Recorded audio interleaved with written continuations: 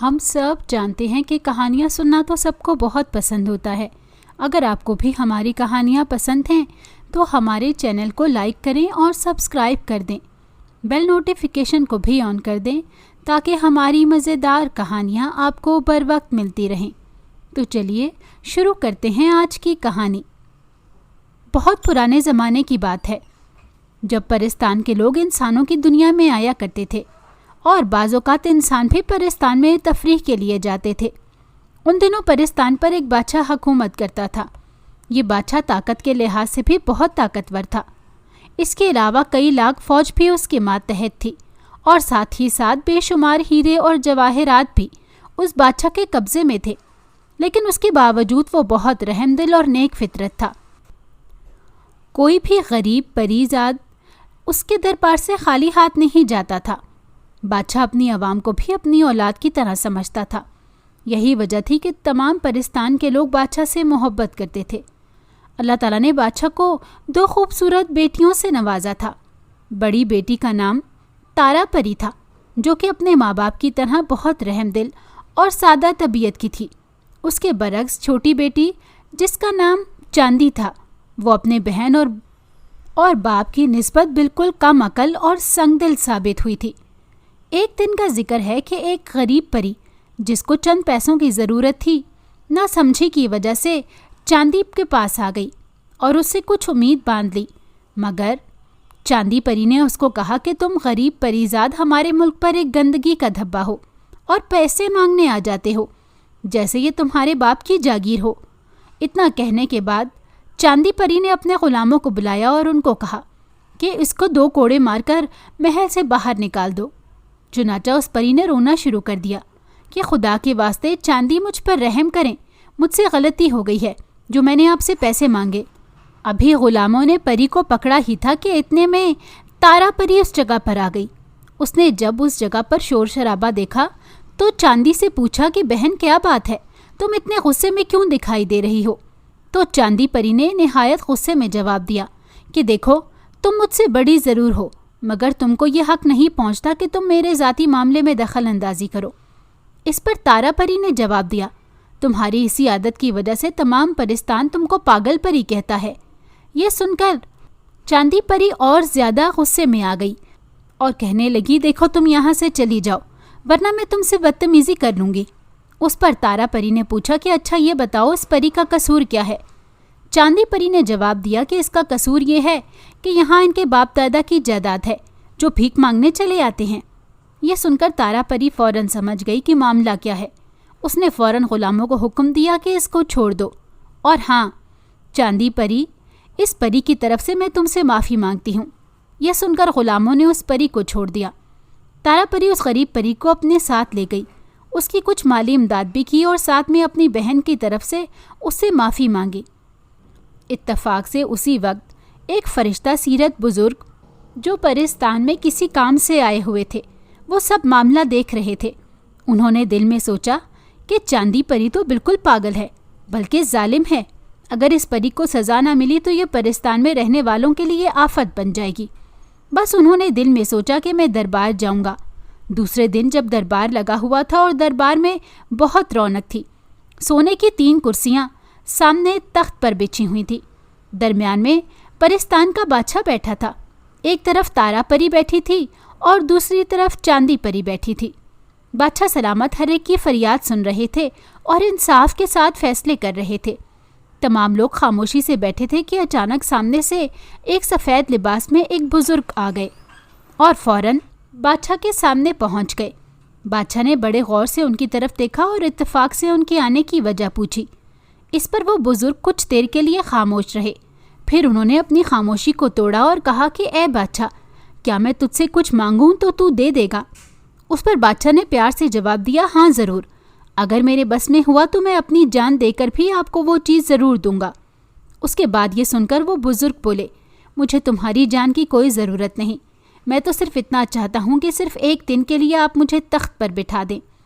پرستان کے بادشاہ نے جب یہ سنا تو بڑا حیران ہوا کہ یہ تو بڑی عجیب قسم کی خواہش ہے، مگر بادشاہ کو معلوم تھا کہ آج تک کوئی بھی سوالی اس کے دروازے سے خالی ہاتھ نہیں گیا تھا اور یہ بھی نہیں جائے گا۔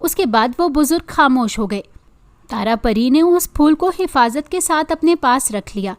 اس کے بعد اس بزرگ نے کہا کہ اب تم جا سکتے ہو کیونکہ میں نے عبادت کرنی ہے۔ اس کے بعد وہ اپنی عبادت میں مشغول ہو گئے اور تارا پری اور بادشاہ اپنے محل میں آ گئے۔ محل میں آنے کے بعد بادشاہ نے کہا کہ کاش میرا کوئی بیٹا ہوتا تو اس وقت میرے کام آ جاتا۔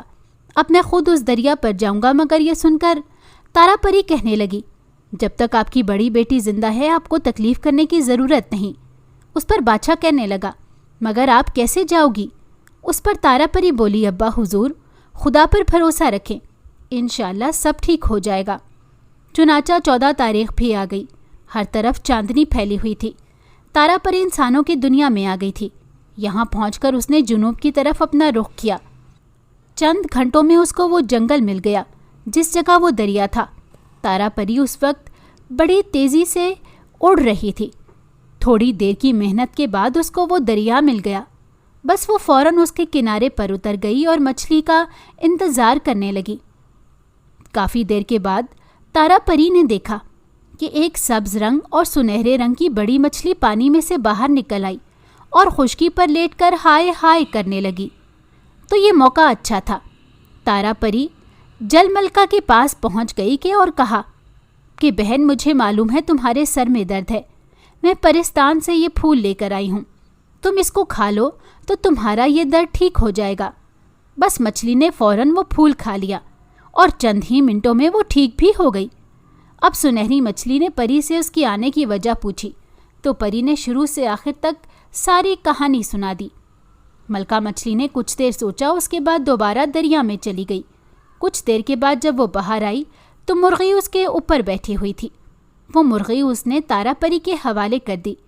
تارا پری نے اس کا شکریہ ادا کیا اور مرغی کو لے کر فوراً اپنے محل میں پہنچ گئی۔ وہاں بادشاہ اس کا انتظار کر رہا تھا۔ بس اس کے بعد مرغی کو ذبح کر کے اس کے خون سے چاندی پری کو نہلایا گیا۔